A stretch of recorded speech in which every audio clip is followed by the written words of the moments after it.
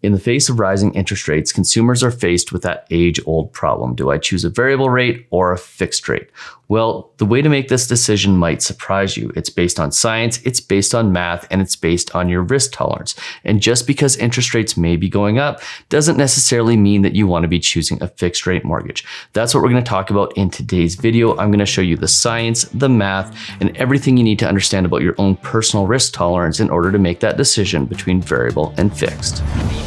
The definitive guide on how to manage your credit: product, penalty, price, in that order. It's never been more important to get your mortgage right. All right, so welcome back to Canada's most watched mortgage channel and one of the most watched real estate channels in the country. For those of you who don't know me, my name is Nolan Matthias. I'm the co-founder of Mortgage 360, the first B Corp certified mortgage company in North America. For those of you who don't know what a B Corp is, it is the single best certification a company can get around accountability and transparency.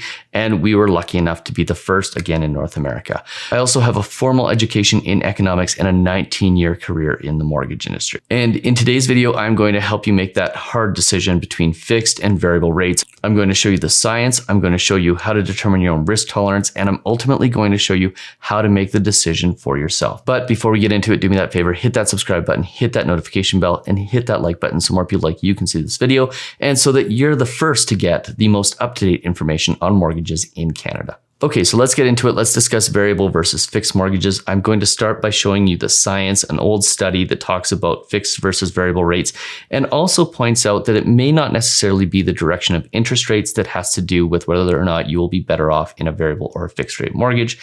Then I'm going to get into personal risk tolerances and discuss how that should affect your decision with respect to choosing variable versus fixed mortgages. And last but not least, I'm going to show you how to actually look at the numbers, not just the interest rate, but the numbers to determine if it's worth it for you personally to take that risk. So let's start by talking about the science. Yes, there is some science involved with determining whether or not you should pick your variable or your fixed rate mortgage. And the banks have pretty clear access to the science, and they're quite frankly better equipped to make that decision than most consumers. But that's why this video exists, is we're going to try to give you the information that you need in order to make that decision. And we are going to point to a study from 2001 done by a gentleman named Mosh Milevsky out of the Schulich School of Business, where he studied fixed versus floating interest rates. And I'll show you that right here. It's about a 32-page report. There's about 15 pages worth of information, and then about another 17 pages worth of charts and so on and so forth. And what I'm going to do is I'm going to take you through this report and show you some of the highlights. Now, if you are an economics nerd like myself, this is going to be interesting for you. If not, just watch this video and I'll summarize it for you. But you can Google this, you can find it very, very easily. And I'm going to take you through a study and basically show you the differences between fixed versus floating rates. Now, for those of you who want to read just a short form version of this, most of the important information can be found on this report in pages 14 and 15. But if you start off by looking at the executive summary, you can see right off the gate, he starts by saying, I provide detailed evidence that Canadian consumers are better off on average financing a mortgage with short-term floating or prime interest rates compared to long-term fixed rates. So this is a very bold statement right at the beginning of the study. Yes, it goes back to 2001, but what is important here is that it discusses the period from 1950 right till the year 2000, which has both a significant run-up in interest rates leading into the 80s, as well as a period of time where interest rates are coming down. And what's important to note here is that even though there was a run-up in interest rates between 1950 and the 1980s, it still made more sense for most consumers to pick a variable rate mortgage. And we'll get into the exact reason why in a few minutes. Now, I want to start first and foremost by showing you two charts because these are going to have a big impact in the conversation that we're going to have. First and foremost is table number 4. And table number 4 is a chart that goes from 1965 until the year 2000. And it shows you all of the times where variable rates would have saved you money and all the times where fixed rates would have saved you money. Now, if you go ahead and you take a look at this chart, what you'll notice is that there's both black and red text. The red text is where choosing a variable rate would have cost you money, and the black text is where choosing a variable rate would have saved you money. Now, what you can see is there's significantly more black numbers than there are red numbers, and that's going back to that 82% of the time variable rates outperform fixed rates. And here's the evidence of that right here. Now, the reason why the variable rates outperform the fixed rates in most occurrences is because variable rates are designed to be lower in nature than fixed rates are. So typically you're going to perform better by choosing the lower interest rate at the beginning of the mortgage. That's something we've talked about in a lot of videos in the past.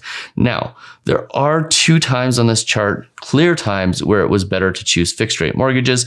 That starts in about October of 1986 and goes all the way until April of 1988. And then again, starting in November of 1991 and leading into January of 1994. Now, the question is, what happened during those 2 periods of time? And the answer is what's called a yield curve inversion. So what's a yield curve inversion? Well, let me show you a chart of mortgage rates during the last 50 years. What you'll see here is that the 5-year fixed rate is the pink line and the blue line is the 5-year variable rate, or prime. And basically what you're seeing here is that for most of this time period, you have a pretty significant difference between the interest rates. Almost always the variable rate is significantly lower than the fixed rate. And then what happens in 1981 is you start to see, for the first time ever, prime rate jump up above the fixed rate. That's what's called a yield curve inversion. It's when longer term rates are priced lower than shorter term rates. And then again, you see this in that 1991 period where you see fixed rates start to jump up above variable rates again. And those are the 2 times in history where variable rates have underperformed fixed rates. And this has also happened in the 2000s. Obviously, the study predates that, but it's happened a couple of other times leading both into the financial crisis and then again in the mid 2010s, where yield curves inverted once again. Now, what's so special about an inverted yield curve? Well, that is when you are starting to pay more for a variable rate than a fixed. And in Moshmalevsky's study, he basically determined that if you could get a 50 basis point difference between the interest rates, so in other words, a variable rate mortgage for 50 basis points less than a fixed rate mortgage, well, you would probably end up saving money most of the time. And that was regardless of what direction interest rates would go. Now, let's take another quick look at this chart, because what I want to point out to you is that you've got this period from 1969, and if you remember the chart with all the black and the red on it, there was not a lot of time leading up to 1980 where you were worse off if you had chosen a variable rate. However, if you look at the period of time between 1965 going up to 1980, interest rates were absolutely going up, but people were still faring better if they chose a variable rate mortgage. And the reason why is, again, that big difference between the fixed rates and the variables, and the fact that they were able to borrow variable rate money at significantly cheaper prices than they were fixed rate money. And it wasn't until this yield curve flipped and that fixed rates were priced less than variable rates that it actually started to save you money if you took a fixed rate. And the reason for that is, and Moshmalevsky points this out in his study, is that banks price in the risk of giving you a 5-year fixed mortgage, and you pay significantly more for that. And their data and their numbers can basically predict in a pretty reliable fashion if they are going to be worse off in the event that they give you a fixed rate mortgage and interest rates go up. So when you choose that fixed rate mortgage, you're paying a pretty significant premium, and more often than not, it is more than your actual risk of having a variable rate mortgage. Now, I want to point you to Moshmalevsky's conclusions here because I think they're important, and it's important to understand that this isn't me coming out and saying, hey, I have these theories and I think variables should be better than fixed. This is based on academic research that shows that variables tend to outperform fixed rate mortgages even when interest rates are going up. And what's important to note here is that he points out that hindsight is 20/20. So everything he did looked back at interest rates. And a high success rate in the past does not guarantee such odds going forward. And that is true. Just because all of this happened in the past doesn't necessarily mean that it's going to happen in the future. So then the question becomes, how do we determine if the past isn't necessarily an indication of the future, how you should go about making that decision on variable versus fixed rates? Well, a lot of that comes down to your personal risk. I also want to point out this line here, and that is what you need to understand with respect to choosing between variable and fixed rates, what you are paying for. And when you borrow money for longer periods of time, you're paying for price stability. So in other words, you're paying a higher price for that price stability. And this is Moshmalevsky's words: the price goes directly to the financial institution making the loan to compensate and pay them for the instability they face. So you are paying a premium for a fixed rate mortgage in order to compensate them for the potential risk that the bank is taking.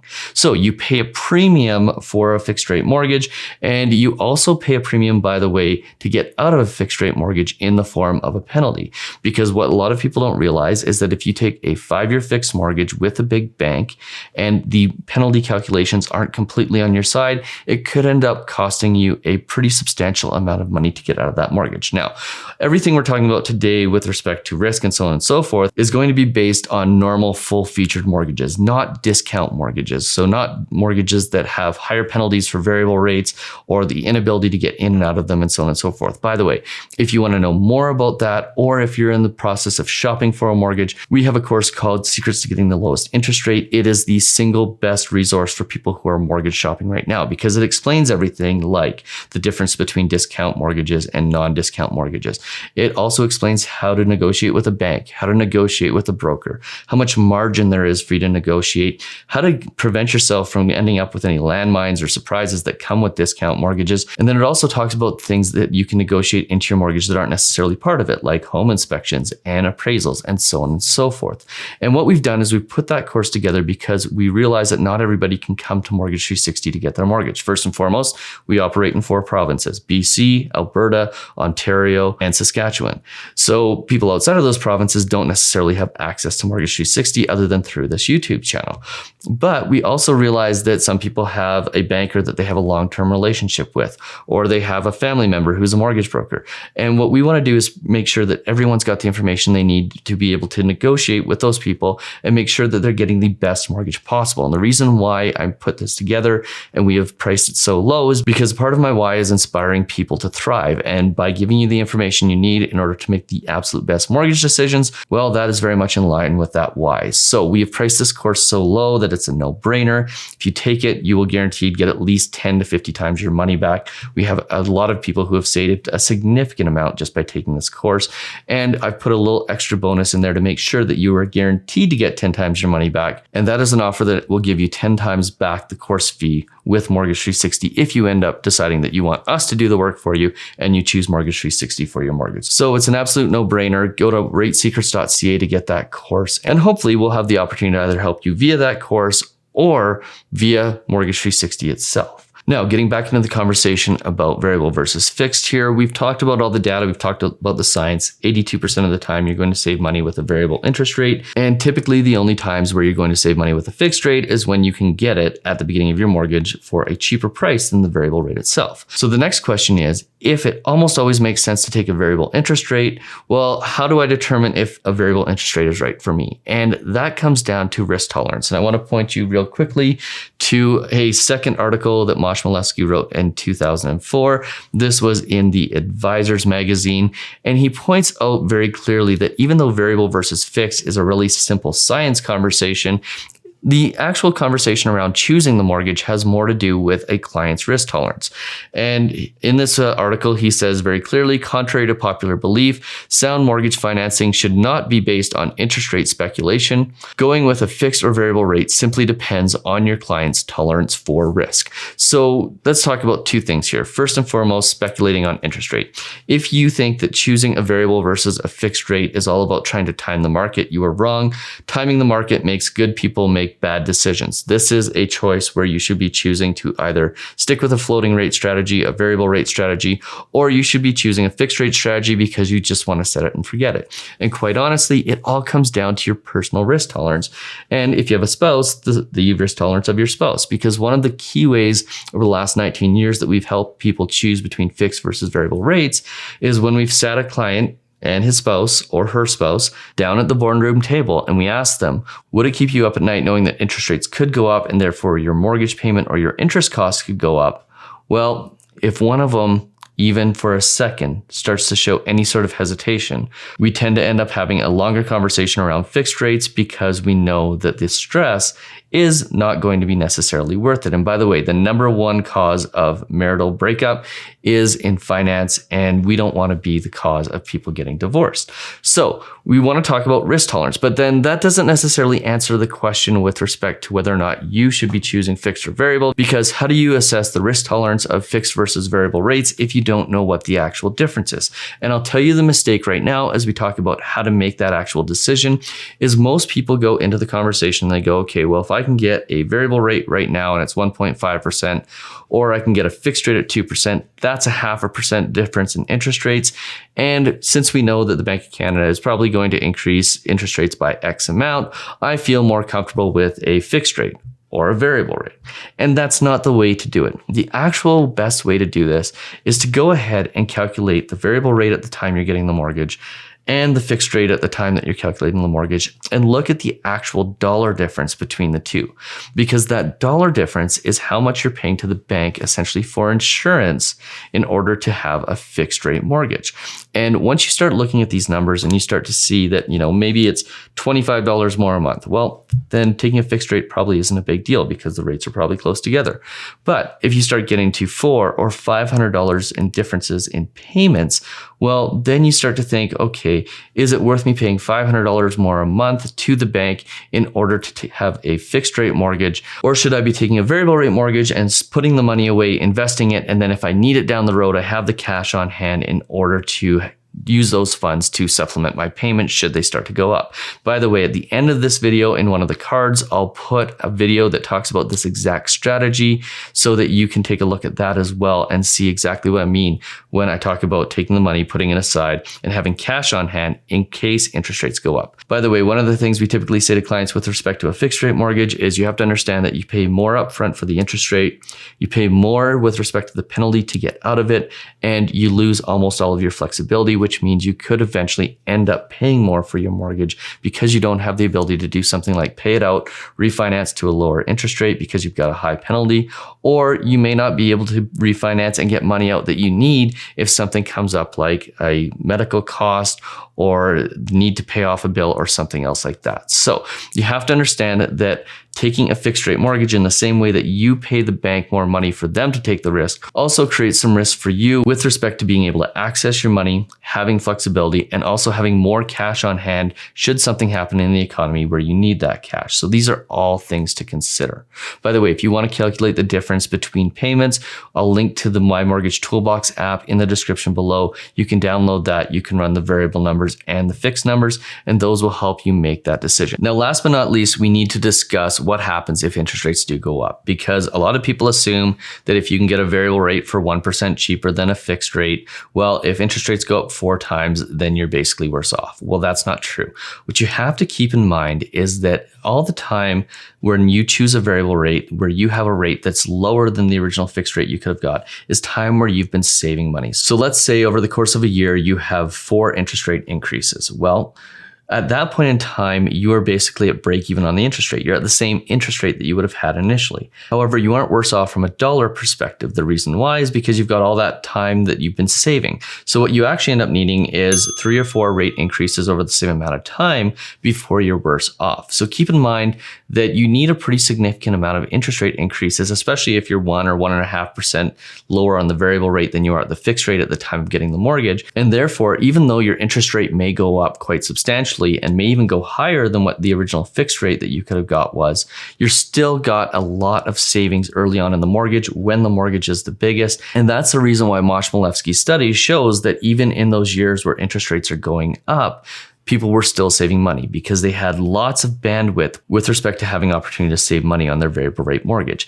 So keep that in mind. If you are getting a variable rate at 1% lower than a fixed rate, you've got more than just 1% worth of bandwidth for interest rates to go up. You've probably got 1.5 to 2% over a 2 or 3 year period.